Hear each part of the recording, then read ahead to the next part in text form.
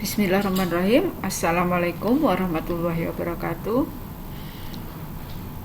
Selamat bertemu kembali ya dengan saya Bu Alif Nurana dalam mata kuliah Oceanografi.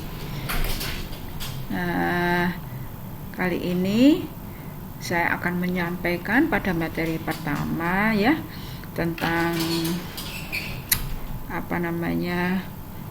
kontrak materi dan kontrak belajar, serta saya mungkin akan menyampaikan sedikit tentang materi yang pertama, definisi, fungsi, mempelajari geografi, serta sejarah geografi. Sejarah oceanografi, sejarah oceanografi. Oke.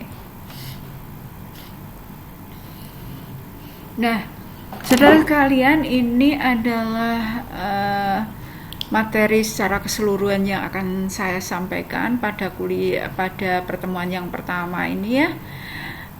Tentunya saya akan menyampaikan tentang ruang lingkup dulu ya, ruang lingkup, tujuan mempelajari oceanografi ya.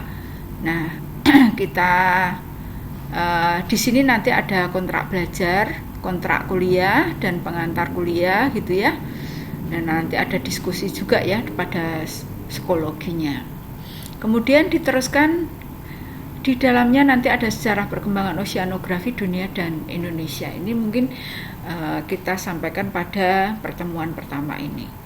Kemudian selanjutnya interior bumi. Jadi begini, bahwa lautan itu ada di bumi gitu ya, 70% ada menempati bumi. Kemudian tentunya kita bicara juga mengenai bumi itu seperti apa gitu ya. Kemudian posisi laut di antara di dalam bumi itu seperti apa. Kemudian topografi. Nah, yang punya topografi bukan hanya daratan tetapi juga lautan. Nah, ini nanti ada 3 ya, yaitu perbatasan antara daratan dan lautan atau kita sebut dengan tepian kontinen, kemudian dasar laut itu sendiri, kemudian ada mid oceanic ridge. Jadi di antara basin ini dibatasi dengan deretan pegunungan ya, yang nanti adanya di tengah-tengah lautan utama. Begitu. Ya, ini pertemuan kelima. Kemudian hidrodinamika air laut. Ini sebetulnya ada 3, arus, gelombang, dan pasang surut. Tetapi waktunya tidak selesai sehingga ini kita potong sampai gelombang, baru kemudian setelah UTS kita lanjutkan. Jadi ini ujian mid semester UTS, kemudian kita lanjutkan pada hidrodinamika air laut, tapi kita bicara mengenai pasang surut air laut ya. Kemudian masuk pada sifat lautan, fisik kimia. Kemudian karena lautan itu berinteraksi dengan atmosfer gitu ya, juga daratan, maka kita akan bicara mengenai pengaruh keberadaan lautan terhadap distribusi cuaca dan iklim di lautan. Jadi ini pengaruhnya sangat besar ya. Kemudian masuk pada biologi oceanografi, ekologi lautan, kemudian rantai pakan, masuk lagi pada fisika oceanografi, sedimentasi dasar laut, baru kita UTS gitu ya, melakukan UTS. Nah, kira-kira materi kita seperti itu ya. Kemudian buku rujukannya ya, buku rujukannya bentar ya.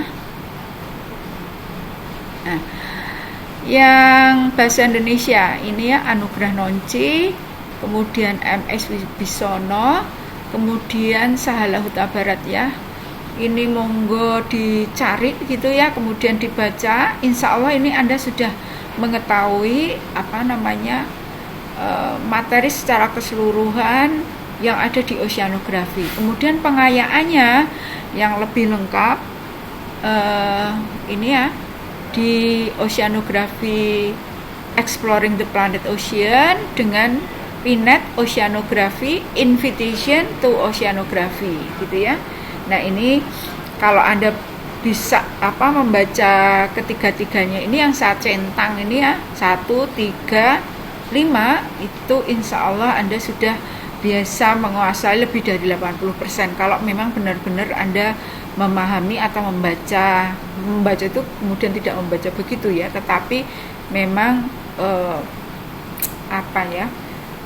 membaca itu artinya memahami apa yang kita baca gitu ya. Kemudian sistem evaluasinya itu pertama adalah UTS itu sendiri, kemudian ujian semester, nah kemudian tugas atau resum dan presensi. Nah presensi ini adalah dari tugas yang Anda buat ya, yang dikumpulkan pada psikologi. Ya ini dikumpulkan di dalam psikologi. Kalau Anda membuat tugas itu berarti upload tugas atau kuis atau apa saja itu berarti presensi dihitung. Tapi kalau Anda tidak membuat tugas berarti Anda tidak presensi, atau tidak membuat komen atau tidak diskusinya tidak diisi itu berarti presensi hilang. Dengan demikian maka saya menyarankan bahwa semua yang nomor 3 ini diikutin ya. Seluruh tugas itu yang diberikan diikuti. Kemudian tadi itu yang membaca buku rujukan ini dibaca ya. Nah, buku rujukan dibaca. Kemudian jangan sampai meninggalkan kuliah kita ya, kehadiran sama dengan 75% ya, minimal itu begitu. Oke. Sekarang kita masuk pada definisi oceanografi ya saudara sekalian. Jadi secara etimologis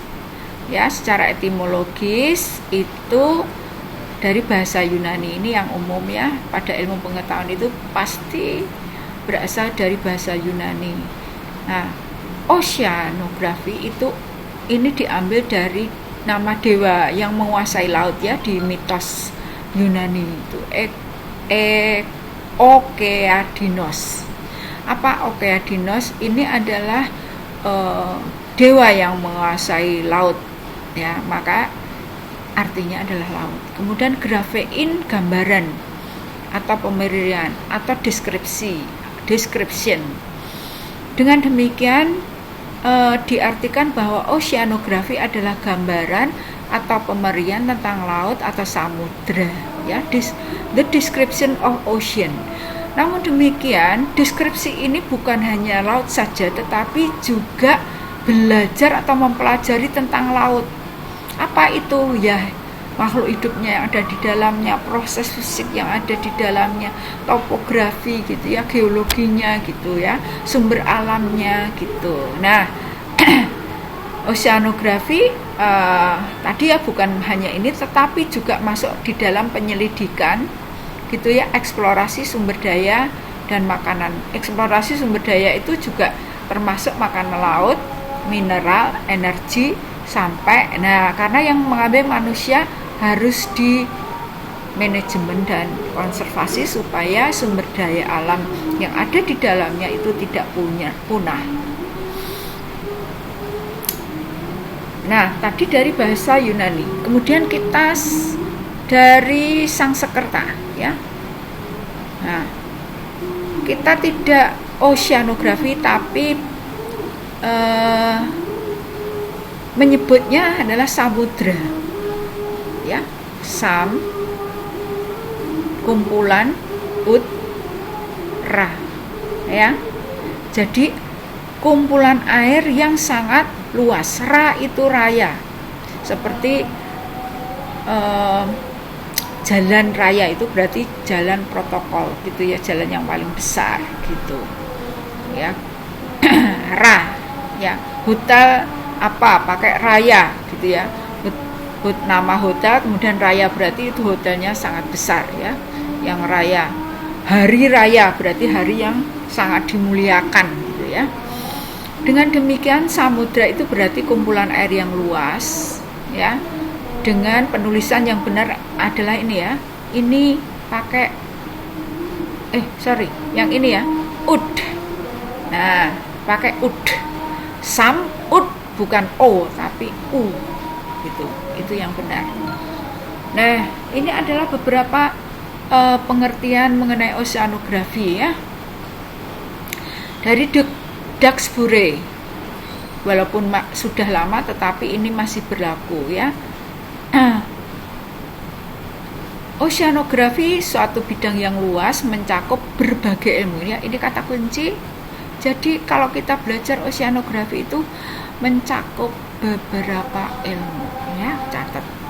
Ya, di note terfokus pada pemahaman laut dan laut atau samudra. Kalau bahasa Inggris itu sea, ocean ya, laut, sea, ocean itu beda. Kalau kita kadang-kadang laut, lautan ya, cuman pakai an. Oceanografi yang lain lagi dari Davis, studi tentang laut dan samudra yang meliputi biologi, ini kurang L ya, biologi, kimia, fisik, dan geologi. Berarti ini artinya apa? Artinya adalah berbagai ilmu ya, bukan hanya satu ilmu tapi berbagai ilmu. Maka di dalam oceanografi terdapat nanti untuk belajar itu ada spesialisasi atau cabang-cabang dari ilmu.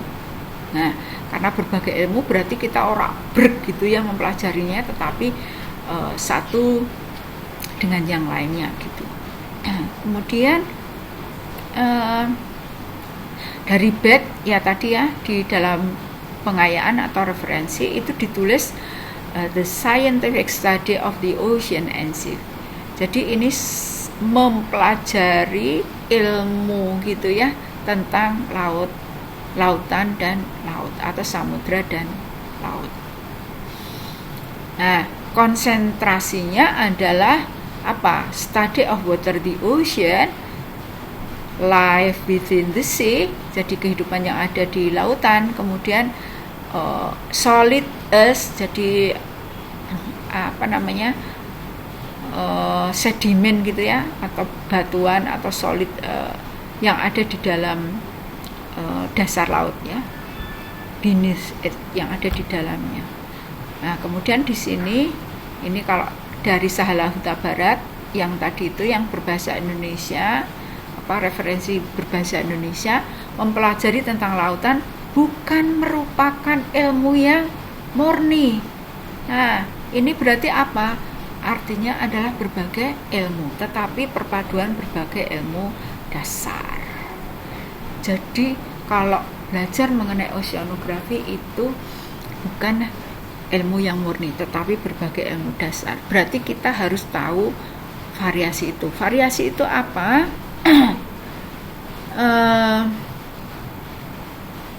Jadi gini, berarti yang dipelajari di dalam lautan itu bukan semata ilmu murni, tetapi perpaduan bermacam-macam ilmu dasar ya. Jadi nanti akan terkait dengan geologi, akan terkait dengan geografi, terkait dengan fisika, terkait dengan kimia, terkait dengan meteorologi juga, biologi dan meteorologi. Nah, Sahala Huta Barat itu tadi kan harus dipelajari gitu ya, berbagai ilmu itu membagi menjadi 4 cabang. Yang pertama adalah fisika oceanografi. Di sini belajar mengenai sifat atau ilmu fisika yang terjadi, ilmu fisika yang terjadi di laut itu sendiri, antar laut, atmosfer atau daratan. Jadi interaksi antara laut dan daratan, atau laut dengan udara. Kemudian atau antara ketiganya itu saling berkaitan. Contohnya misalnya yang paling gampang adalah darat dengan laut, itu ada angin darat dan angin laut. Kemudian atmosfer dengan lautan, gitu ya. Itu misalnya siklus hidrologi, itu kan menguap itu harus ke udara dulu, ke atmosfer, kembali lagi ke daratan. Ini tiga-tiganya berarti ya, dari atmosfer kemudian daratan baru ke laut, nanti menguap lagi. Nah itu siklus hidrologi contohnya ya. Kemudian apalagi El Nino, La Niña ya, peristiwa iklim yang ekstrim gitu ya. Kemudian yang kedua adalah geologi. Ini mempelajari asal lautan. Nah, jadi lautan itu dari dulu sampai sekarang, berjuta-juta tahun yang lalu sampai sekarang atau nanti yang akan datang itu akan berubah gitu. Apanya yang berubah? Posisi kerak buminya, kemudian gunung api, kemudian kenapa terjadi gempa gitu ya. Contohnya adalah itu. Kemudian yang ketiga adalah kimia oceanografi. Jelas ini adalah apa itu? Sifat air laut itu sendiri yang asin. Kenapa asin? Contohnya gitu ya. Nggak ada air laut yang tawar. Kemudian reaksi kimia yang terjadi di dalam maupun di dasar laut. Gitu ya. Di permukaan, di tengah, di bawah itu berbeda.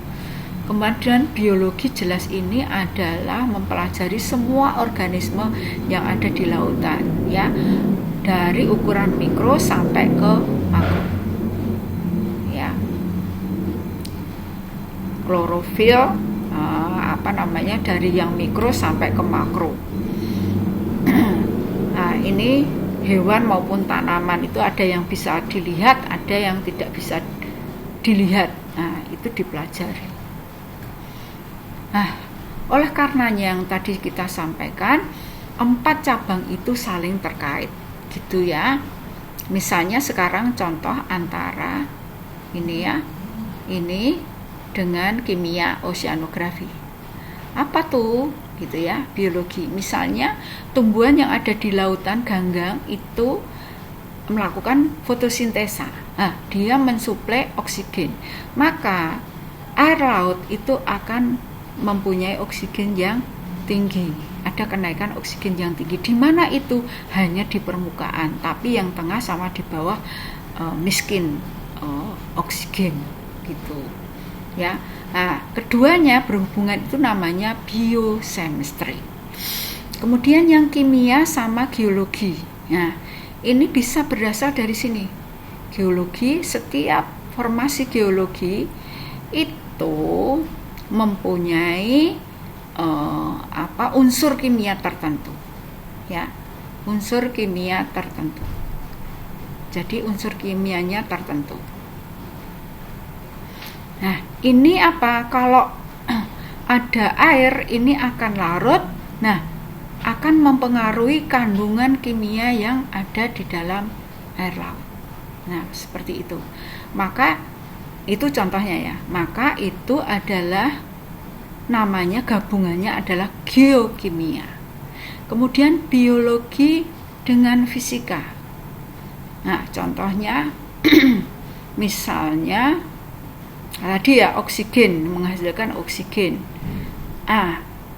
Kemudian airnya banyak mengandung oksigen. Oleh karena itu, maka akan berpengaruh pada sebaran makhluk hidup yang ada di lautan ini. Fisiknya di laut yang ada di atas, yang ada di tengah, yang ada di bawah itu distribusinya itu berbeda. Gitu ya. Distribusinya berbeda. Apanya? Distribusi dari makhluk hidupnya. Gitu ya. Kalau yang di atas itu ikannya kecil-kecil, tapi yang di bawah itu ikan yang besar, gitu ya. Ini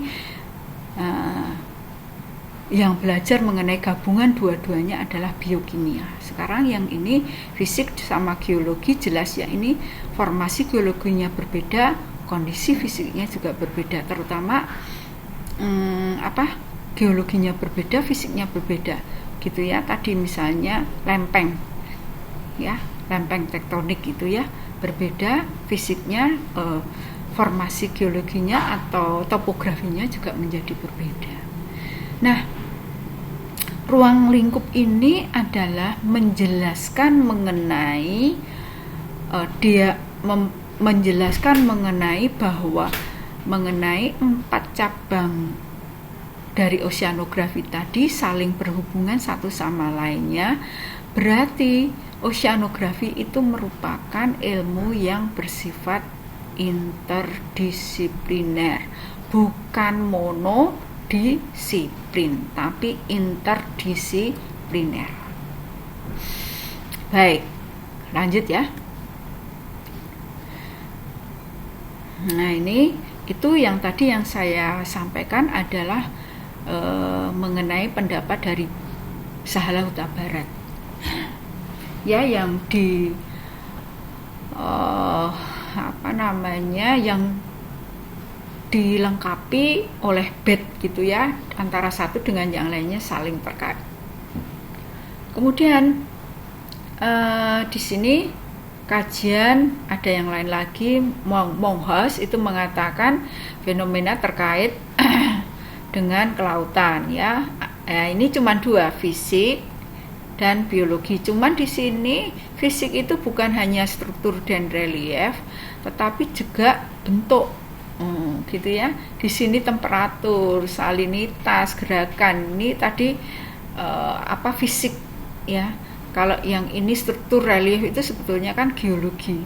Kemudian biologi oceanografi. Nah, ini temperatur, salinitas itu berkaitan dengan temperatur, ini fisik juga ya.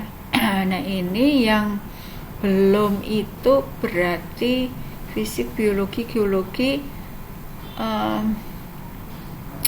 apa tadi ya, fisika, biologi, geologi, kimia ya, kimia yang belum disinggung adalah kimianya. Ya, ini memang tergantung dari concern pada ilmu pengetahuan. Kemudian kalau American ini contoh ya, karena dia konsentrasinya pada geologi, maka objeknya adalah batas laut, topografi, sifat. Ya, ini sudah hampir sama ya, fisik, kimia, tipe arus, dan frasa biologi marin. Hampir sama dengan Sahala Huta Barat. Baik. Ada clue ya, ada kata kunci tadi berbagai ilmu, kemudian cabangnya ada yang hampir sama ya, itu clue-nya. Nah, ini yang lain Anda bisa membacanya. Nah, ini ya, ini arti yang luas ya, ada bahan padat solid ya, tadi ya, tanah, litologi. Kemudian ada kehidupan, biologi ya, kajian mengenai air laut itu ya, ada fisik kimianya. Nah, gitu ya, geologinya, walaupun ini geologinya nggak ada, tapi ada kesamaan. Peter Will ya, the study of the marine requires spatial perspective in the larger sense. Jadi di pengetahuan yang diperluas, yang berkonsentrasi pada belajar mengenai dinamika yang ada di lautan, kemudian kehidupan, dan tadi itu ya, bahan padat yang ada di dalamnya gitu. Hampir sama ya, sebagai salah satu ilmu pengetahuan yang mempelajari segala sesuatu hal ihwal laut, baik fisika, kimia maupun biologi. Nah, ini ya, berbagai ilmu. Fisika laut termasuk ini, jadi fisika itu termasuk pada geologi, ternyata geologi itu masuk pada fisika ya. Meteorologi mencari iklim dan cuaca. Oke, baik.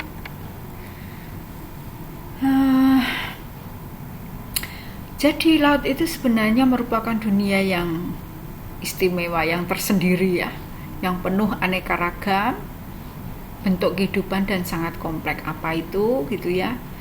Jadi contohnya, kenapa istimewa? Berbagai golongan binatang dari mikro sampai makro ya, kandungan klorofil di permukaan ya, di seluruh permukaan laut itu ada ya. Seluruh permukaan air laut ada klorofilnya, tapi kalau di darat itu ada yang kosong. Contohnya adalah di padang pasir, itu itu sebetulnya sih ada rumput, tetapi karena sangat kecil ya persentasenya dibandingkan pada lahan yang lain, maka bisa kita sebut pada lahan kosong klorofil. Kemudian gunung-gunung dan daerah kota itu ya, walaupun daerah kota ada tumbuhannya, tetapi karena persentasenya sangat kecil dibandingkan dengan yang lain, maka kita bisa mengatakan bahwa klorofil di perkotaan itu persentasenya kecil atau bahkan tidak ada. Kemudian di dalam laut itu tingkat keragamannya tinggi. Dan istimewanya lagi, pada kedalaman 100 meter di mana klorofil itu tidak ada, itu masih ditemukan kehidupan. Nah, itu istimewanya ya. Nah, ini adalah secara sederhana profil dari lautan ya. Jadi kalau di daratan, ini keistimewaannya lagi tuh. Kalau di daratan, gunung yang tertinggi itu hanya 8,9 meter. Tetapi dasar laut itu sampai 11 kilometer. 11 meter. Gitu ya. Dan ketinggian rata-rata di daratan ya, ketinggian rata-rata di daratan itu 0,75, tetapi di lautan itu sampai 4 kilometer. Wah, berarti ini sangat variatif sekali ya, di lautan ini sangat variatif. Kalau sampai 4 km topografinya bermacam-macam, lebih variatif dibandingkan dengan yang ada di daratan. Ya, yang ada di daratan ini. Nah, ini lebih kecil dibandingkan dengan yang ada di lautan. Oke.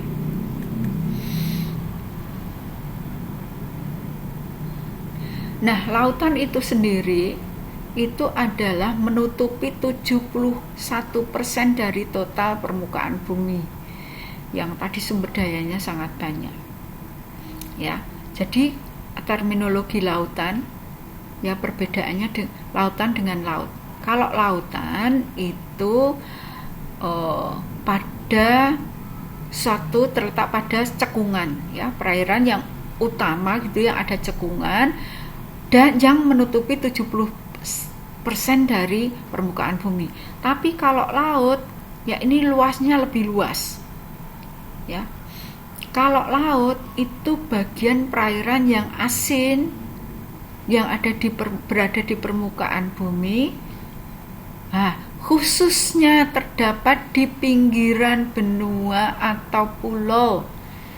Gitu ya, misalnya Sumatera dengan Jawa ada laut Jawa, bukan lautan tapi laut Jawa, antar pulau atau antar benua. Tapi kalau antar benua yang gede-gede itu namanya lautan, gitu ya. Itu bedanya.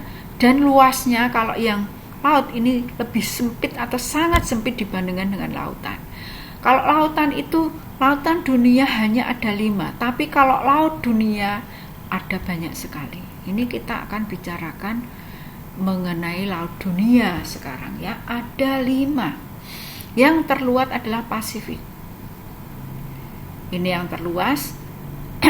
Yang tersempit, nah ini tak bunderi kecil ya, yang ada di Arktik.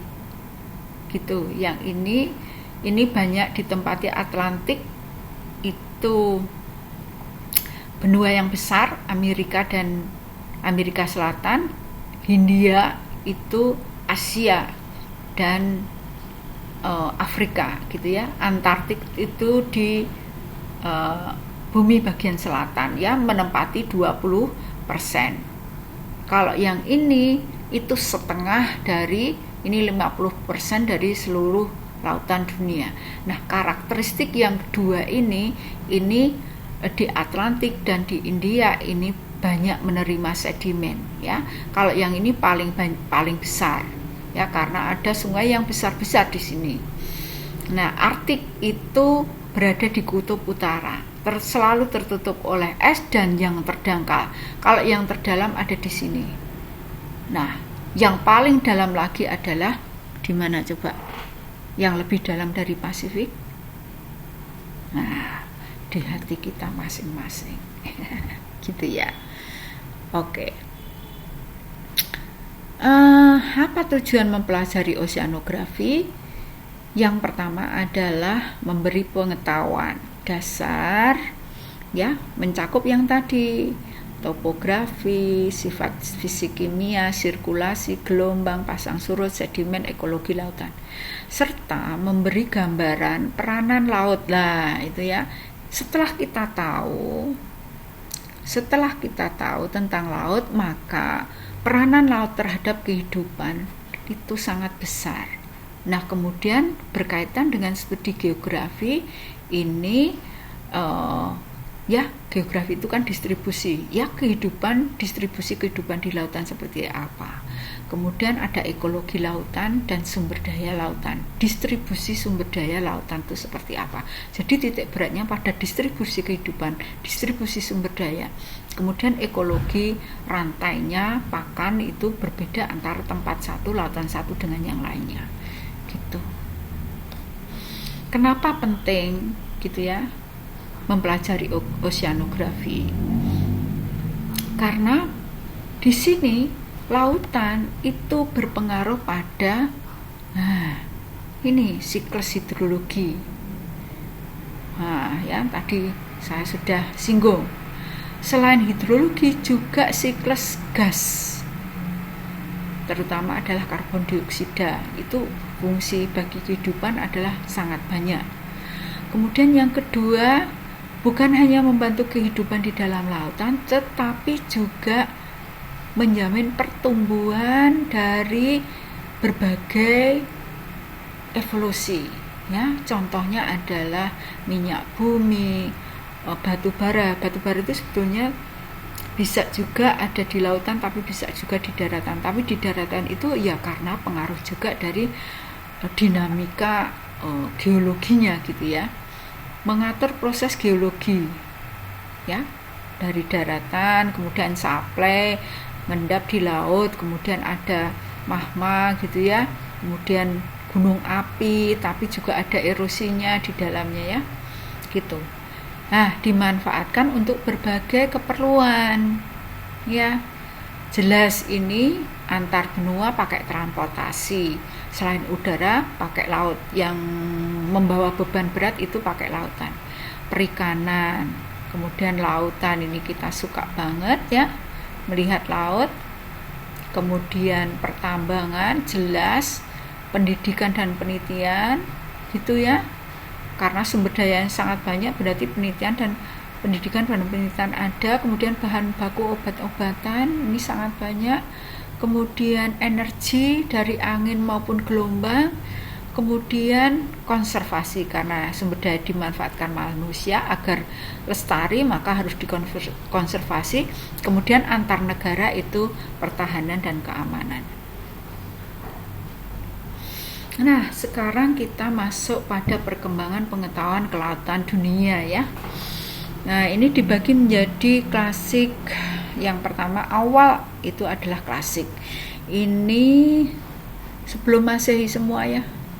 Nah, sebelum Masehi ini diawali dengan sebuah journey atau perjalanan yang tidak sengaja.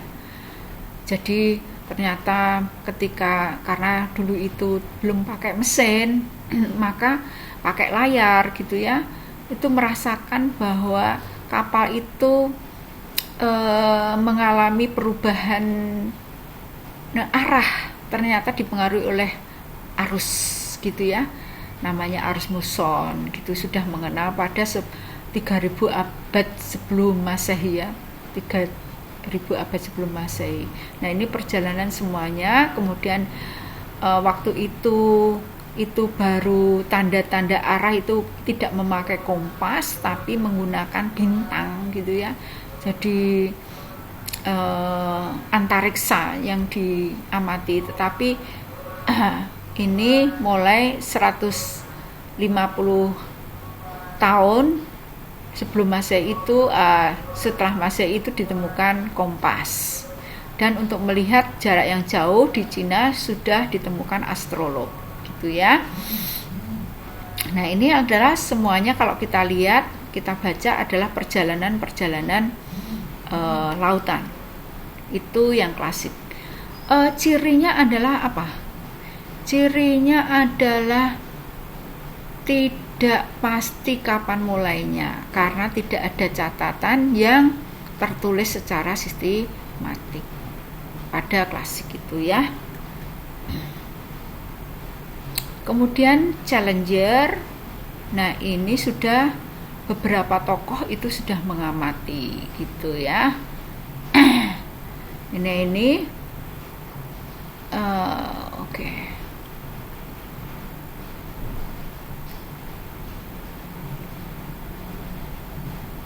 Nah ini Leonardo da Vinci, ini menemukan fosil ya, kemudian mencatat arus. Christopher Columbus, jadi dulu itu tidak diketahui bahwa di permukaan bumi itu ada beberapa benua, dan Christopher Columbus itu kan orang Inggris, kemudian menyeberang lautan Atlantik dan menemukan dunia yang baru itu ya, yang disebut dunia baru itu adalah Amerika gitu ya. Nah, Ferdinand Magellan melakukan sounding, ini masih manual ya, masih manual. Sounding itu melakukan pengamatan kedalaman laut masih pakai bandul dan tali. Nah ini salinitas. Nah ini berarti di sini konsentrasinya masih pada fisika oceanografi, PASOD gitu ya. Masih pre-Challenger pada fisik oceanografi. Tadi yang klasik juga seperti itu.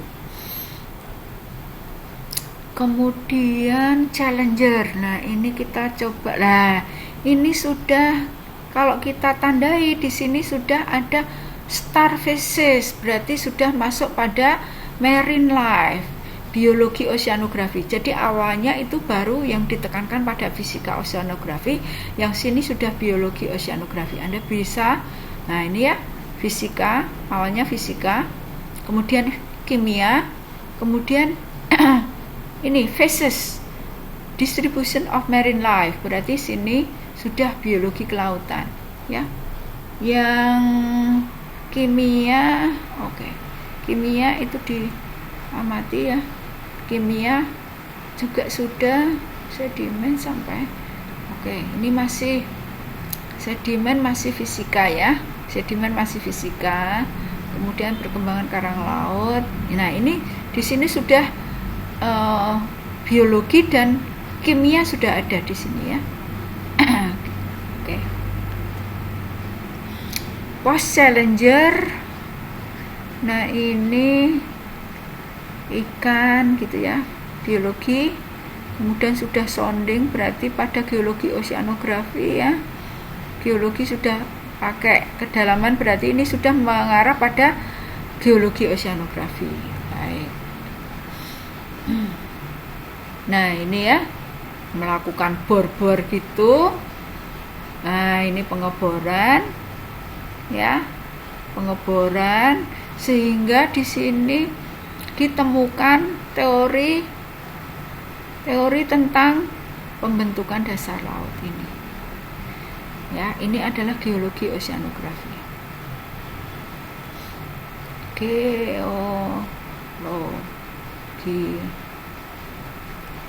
oceanografi.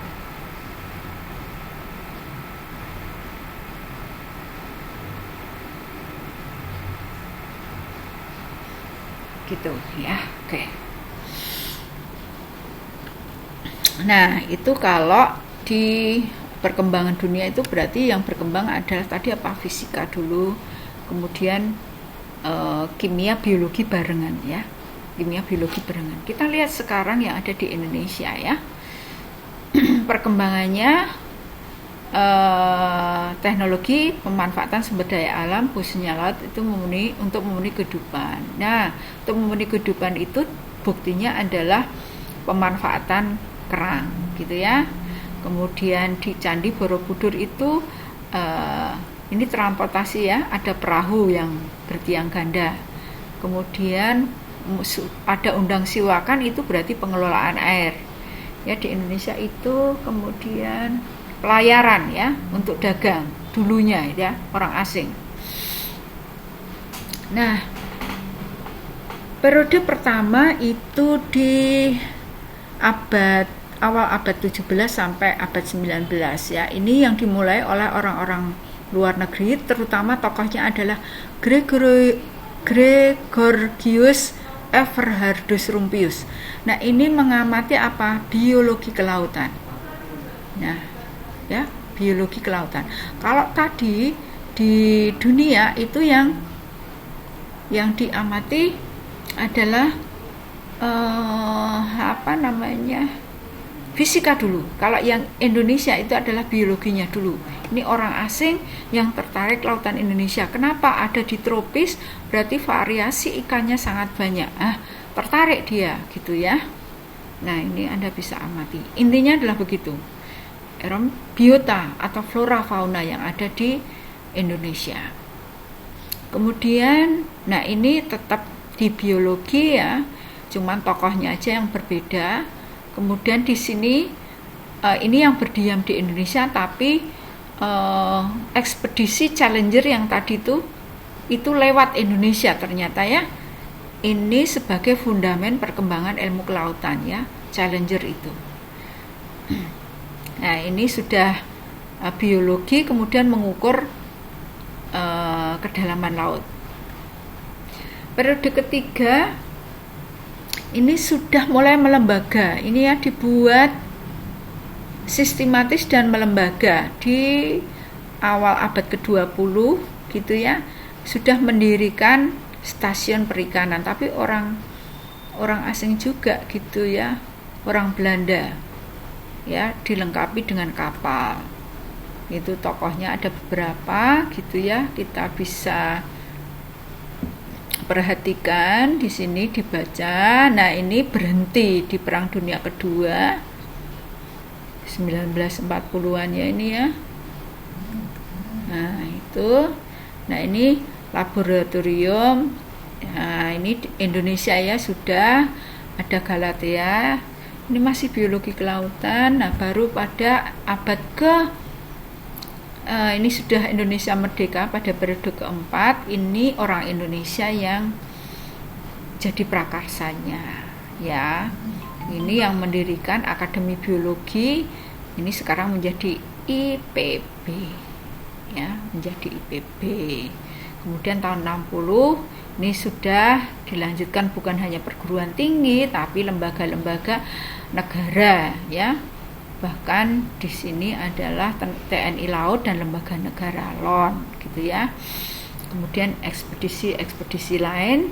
Nah, di sini dikuatkan dengan perguruan tinggi yang mengembangkan tentang kelautan. Nah, bentar. Ya, ini adalah teori Darwin ya. Yang di atas tadi ini teori Darwin yang tadi Beagle ya. Pada Beagle ini teorinya seperti ini. Jadi pulau gitu yang ada di tengah lautan. Kemudian ini ada yang, nah ini air laut itu kan naik dan turun. Nah, ini naik karena ini dangkal, tumbuh karang yang merah ini, kemudian naik lagi berarti ini tumbuh menutupi seluruh pulau. Nah, itu perkembangan coral reef atau terumbu karang menurut teori Darwin. Nah, ini seperti ini. Nah, kemudian turun lagi. Nah, ya, maka di sini ini ada airnya di sini, yang di sini ini. Dan kalau kita lihat di atas membulat, maka disebut atol ya, disebut dengan atol. Kemudian ini naik lagi, maka ini tumbuh lagi, tapi karangnya yang lebih muda yang kuning ini daripada yang merah gitu. Nah, ini pada abad keempat ini Glamour Challenger juga lewat di Indonesia ya, sudah mempelajari mengenai kulit bumi ke geologi oceanografi ya. Nah, ini ditemukan teori tentang seafloor spreading, continental drift gitu ya. Kemudian ada pengeboran sumber daya lautan ya. Nah, cirinya pada abad ini 4 dan Glamour Challenger itu adalah menggunakan alat-alat yang sudah modern, cirinya ada seperti itu. Nah, itu adalah kita berkaitan dengan membahas mengenai sejarah perkembangan oceanografi baik di dunia maupun di Indonesia. Baik, saudara, sekian dulu dari saya. Kali ini kuliah yang pertama tentang batasan oceanografi gitu, kemudian fungsi mempelajari, kemudian kedudukan oceanografi dan sejarah perkembangan oceanografi. Sekian dulu dari saya, terima kasih atas atensinya. Kita tutup dengan salam. Assalamualaikum warahmatullahi wabarakatuh.